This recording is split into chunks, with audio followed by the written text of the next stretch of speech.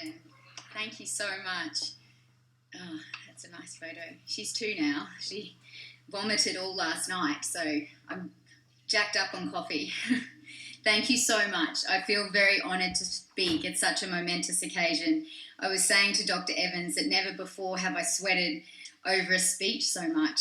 I do quite a lot of speaking, and the gravity of finding the right words and the right message for you tonight was not taken lightly. I wanted to share my real story and how I found my true north without the Instagram filter.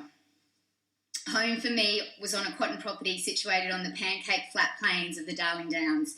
We used to say we came from Cecil Plains back then because Dalby you'd be called a Dalby spray victim. I was fortunate to have a brighter than bright bush childhood shared with my older sister and younger brother, and this is where I fell in love with riding horses, thanks to my father who was a horseman. I went to primary school at Dalby South State School, and there was a moment there that had a deafening impact on my adolescent life. I remember my grade 6 self standing awkwardly on a set of scales in front of my peer group and teacher. You see, it was a maths exercise.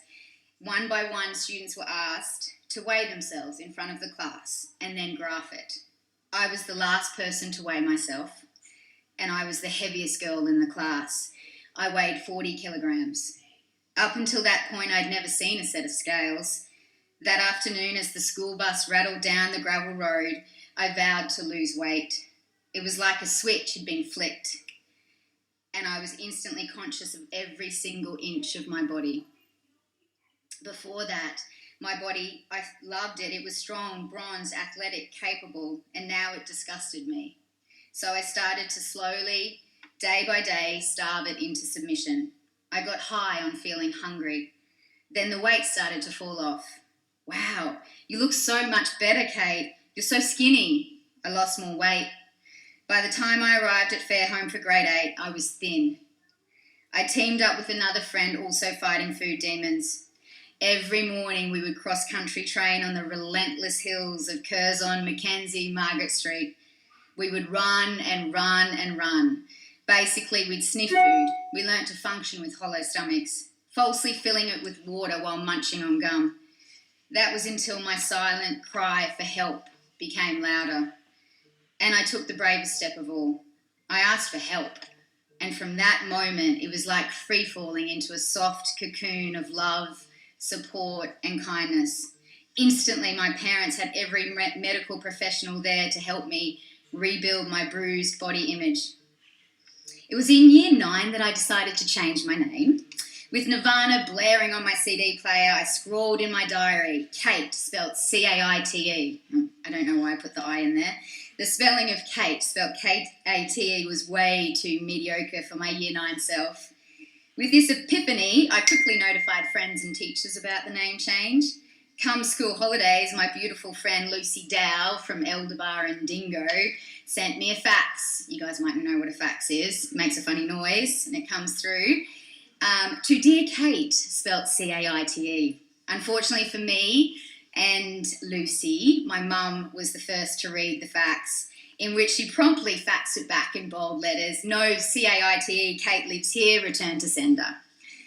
You see, I was constantly bumping up against the side of rules, always questioning, politely, but always questioning, always curious. Curious to swim upstream when others were passively swimming downstream.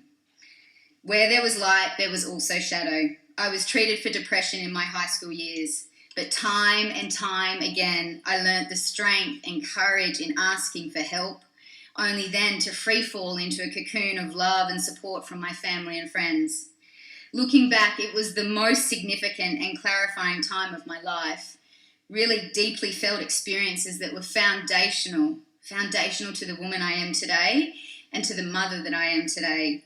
And do you know the real gift? Is that the stars aligned so perfectly. It brought me into contact with the magnificent sisterhood one could ask for. And for 5 years, we had the wildest adventures with them. From the day we met as awkward changeling 12-year-olds till now as mothers, adequate, trying our best mothers, and then that way into the future where we have sporadic grey hair poking out of our chins and we still snort out aloud about when we relay old school stories like the great food fight of 1998. You guys have heard of that, right? Maybe not. It's a friendship that runs deeper than deep, a sisterhood that needs no words, just gratitude. Now let me skip a couple of chapters in this book of Kate. I really hope I'm not boring you. To my 24-year-old self, and I'm on my first ever horse riding holiday in the Masai Mara, Kenya. I was there as a photojournalist to ride alongside the largest animal migration in the world. That's me in the middle with my camera. Up until that point, my travel repertoire was beige, to say the least, skimming above the superficial surface of countries, conveyor belt travel at best. I now found myself in the dark continent, entangled in the wildebeest migration on a horse. I was there with my father and 2 other guests. Come day 4 of the 7-day itinerary, I found myself on the banks of the Mara River, a tea-stained muddy river that snakes like a serpent through the Mara Game Reserve, and it had 2 things in it: pink-eared voluptuous hippos and man-eating crocodiles. Before we could cross this said river, we had to disturb, you can see them there, a pool party of hippos who were wallowing in the path. So our guide, Jakob, pushed his braver-than-brave horse into the water and cracked his stock whip. Wachoo! The hippos let out a disgruntled honk, twitched their ears, and slowly moved upstream. I'm like, okay, cool. I've got my big girl pants on. I'm going to do this. Reins in one hand, camera in the other, I pushed my little mare into the water. When we were about halfway across, I clocked a huge crocodile on the other side of the bank. But my mental dialogue's going nuts right now. I'm like, that's okay. I can see it. It's out of the water. Of course, then he decides to slowly slip into the murky water and disappears. I'm like kicking. Her name was Witch. She was a chestnut mare. She's wonderful. We got to the other side and I felt like I had literally climbed Mount Everest. I haven't climbed Mount Everest, but you get the point. I had felt like in my world that it had been conquered. My mind exploded, that I'd done something so mind-bendingly scary and exhilarating and survived it. This was the same safari that I got proposed to. Well, not directly. My father was asked for my hand in marriage by a very toothy, grinning Maasai warrior called James. He offered 5 goats and a bag of snuff as the dowry, which I felt was appalling. And I had to make my own cow dung hut, which manyata, but I didn't want to do that either. Safe to say, I returned home from Kenya changed. Before the riding safari, I was literally sitting on the edge of my seat, waiting in anticipation for my boyfriend Stephen to propose. I designed my wedding ring, had designed my wedding dress, and I'd practically named our 3 unborn children. I had imagined the perfect picture book life, fringed in a white picket fence. But something didn't feel right. The world that I had created felt suffocatingly small. I was restless to step into the unknown. Picking up on my nerves, Stephen proposed, and with hot, sultry tears streaming down my face, I said no. Without hesitation, he looked in my eyes and replied, "That's okay, Kate. Next time it's your turn." And that's when I ran away. I left my business, the man of my dreams, our house, our dog, with an unshakable desire to become anonymous. I travelled to one of the most remote regions of the world, Patagonia, Argentina, right on the Andes border, 100,000-acre estancia that could only be accessed via horse. And for 6 months, I worked alongside the gauchos. I fell into a gentle rhythm of estancia life. Falling in love with the Argentinian horse culture, it was a simple and pure living which revolved around horses. And then from Argentina, I returned to Kenya.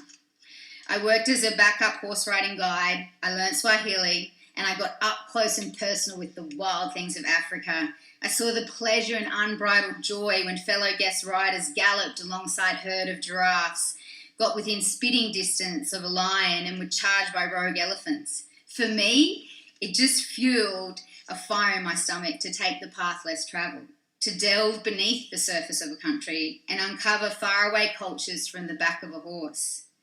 I finally returned home after 9 months of bouncing between saddles in Argentina, Chile, Botswana and Kenya. The moment I got home, I launched Globetrotting.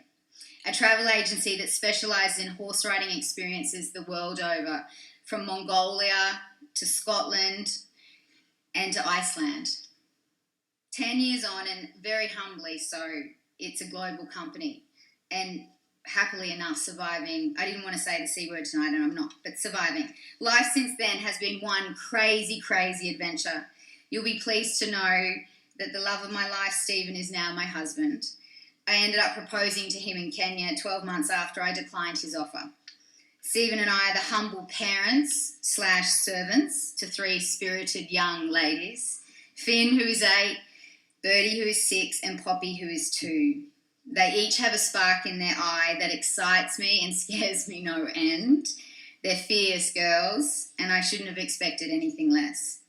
In 2018, as a family, I don't know what I was thinking, with an entourage of globetrotting guests, we took the most epic of pilgrimages, and we rode from Iceland to one of the 3rd largest glaciers all the way down to Morocco and ended in the Sahara Desert. That photo, we ran out of nappies, so Poppy's on like this little mat that we found in the hire car. It was, yeah, and Stephen grew a very big beard. Looking back on it, it was absolutely mental. And now, with our travel wings temporarily clipped, I'm constantly reaching for those memories that were made on that trip and still burn bright and vivid in my mind's eye. For me, the biggest joy is sharing the joy of travel and adventure with my 3 girls. It's the greatest gift of all, to teach them resilience. I'm so fortunate to have found my true north. So from one Fairholme girl to another Fairholme girl, my hope, my desire for all of you is to follow your heart without question, to blaze bright and brave through this world, to always, always choose love over fear, to be a rebel girl, a fierce woman. You are invincible.